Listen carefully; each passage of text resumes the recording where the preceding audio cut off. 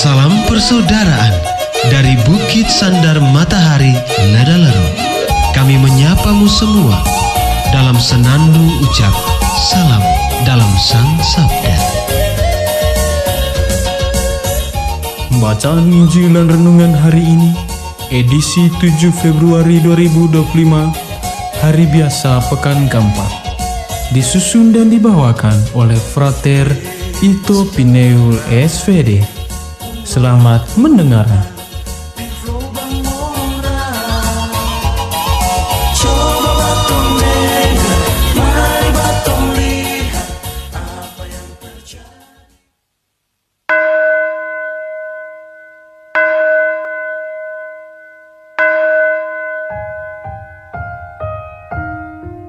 Bacaan dari Injil Markus.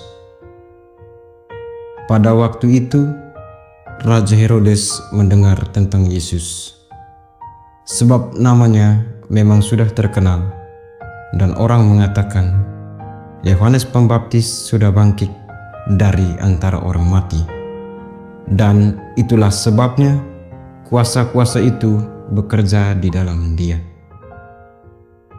Yang lain mengatakan dia itu Elia.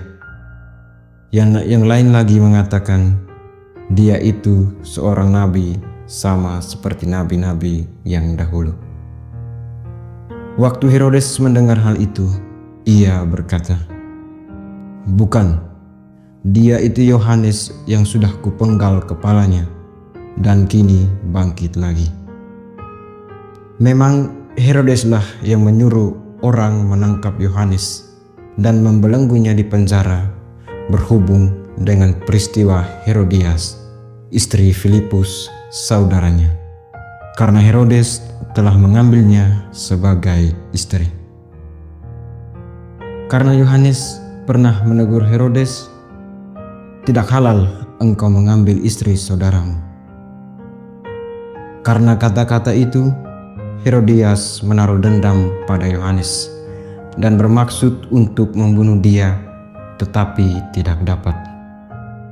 Sebab Herodes segan akan Yohanes karena ia tahu bahwa Yohanes adalah orang yang benar dan suci, jadi ia melindunginya. Tetapi setiap kali mendengar Yohanes, hati Herodes selalu terombang-ambing, namun ia merasa senang juga mendengarkan dia. Akhirnya tiba juga kesempatan yang baik bagi Herodias. Ketika Herodes pada hari ulang tahunnya mengadakan perjamuan untuk pembesar, para perwira dan orang-orang terkemuka di Galilea. Pada waktu itu, putri Herodias tampil lalu menari. Ia menyukakan hati Herodes dan tamu-tamunya. Maka raja berkata kepada gadis itu, "Minta daripadaku apa saja yang kau ingini, maka akan kuberikan kepadamu." Lalu Herodes bersumpah kepadanya, "Apa saja yang kau minta akan kuberikan kepadamu, sekalipun itu setengah dari kerajaanku." Anak itu pergi dan menanyakan ibunya, "Apa yang harus kuminta?" Jawab ibunya, "Kepala Yohanes Pembaptis." Maka cepat-cepat ia pergi kepada raja dan meminta, "Aku mau supaya sekarang juga engkau berikan kepadaku kepala Yohanes Pembaptis di sebuah talam." Maka sangat sedihlah hati raja. Tetapi karena sumpahnya dan karena segan terhadap tamu-tamunya, ia tidak mau menolaknya.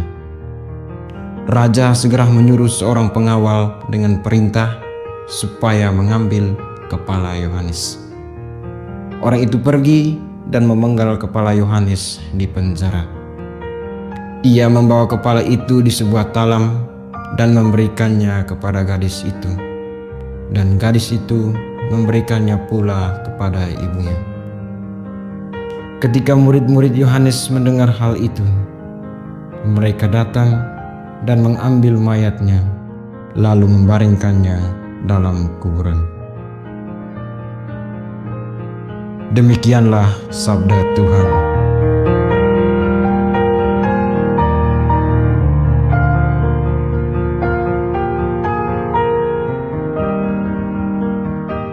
Bapak, Ibu, sama saudara dan saudari yang terkasih dalam Kristus. Renungan yang saya bawakan hari ini saya beri judul Yohanes sebagai teladan hidup. Injil Markus hari ini menceritakan tentang kisah pembunuhan Yohanes Pembaptis. Siapakah Yohanes Pembaptis? Yohanes Pembaptis adalah seorang nabi penting dalam Perjanjian Baru yang mempersiapkan kedatangan Yesus Kristus. Ia lahir dari Zakaria dan Elisabet secara ajaib. Yohanes menjalani kehidupan pertapa dan mengajarkan pertobatan melalui baptisan. Salah satu momen penting dalam hidupnya adalah membaptis Yesus di Sungai Yordan. Sejalan dengan itu, melalui Injilnya, Markus menyampaikan beberapa poin penting yang dapat kita petik sebagai pedoman dalam menjalani hidup.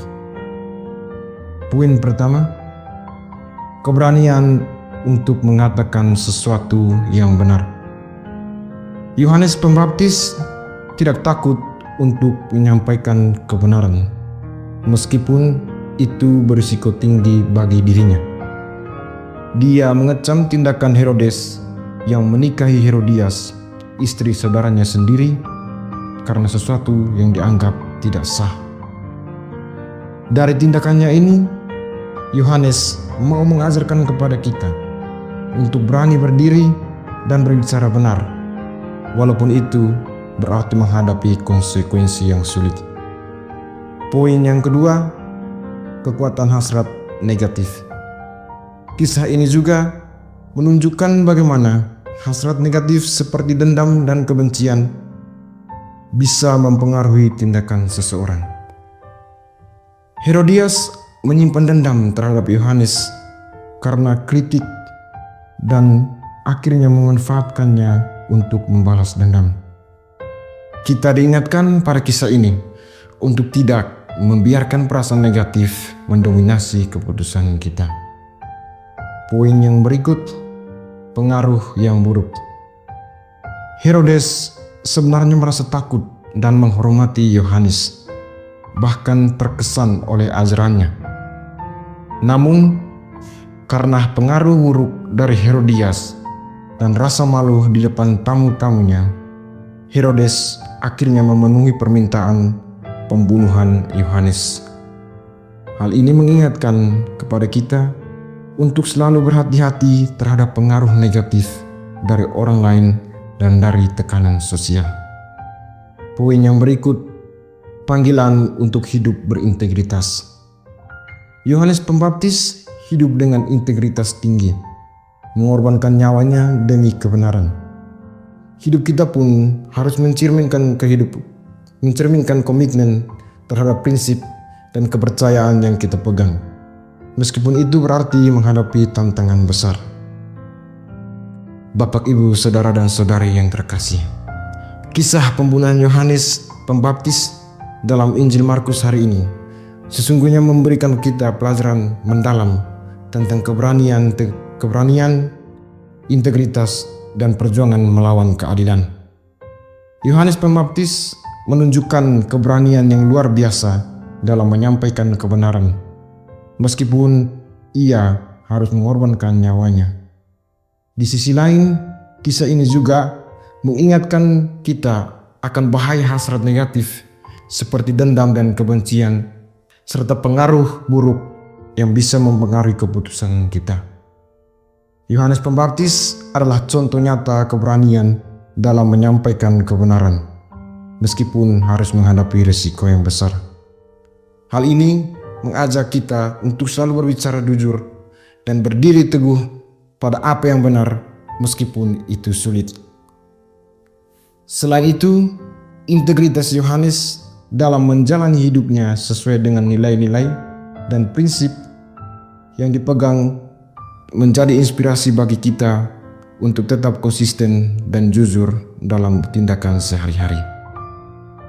Maka dari itu, kita diingatkan untuk tetap teguh pada prinsip dan nilai-nilai yang kita pegang, serta menjaga hati kita dari pengaruh negatif yang bisa menggoyahkan komitmen kita terhadap kebenaran. Selain daripada itu, kita diajak untuk waspada terhadap ketidakadilan di sekitar kita. Amin.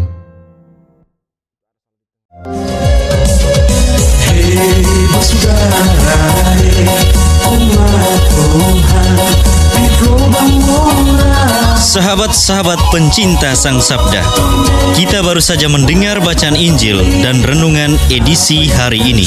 Sampai jumpa kembali pada edisi berikut. Terima kasih kepada Divisi Kerohanian website Seminari Tinggi Santo Paulus Nedalero. Semoga Sang Sabda menjiwai seluruh pengalaman hidup kita hari ini. Tuhan memberkati kita sekalian.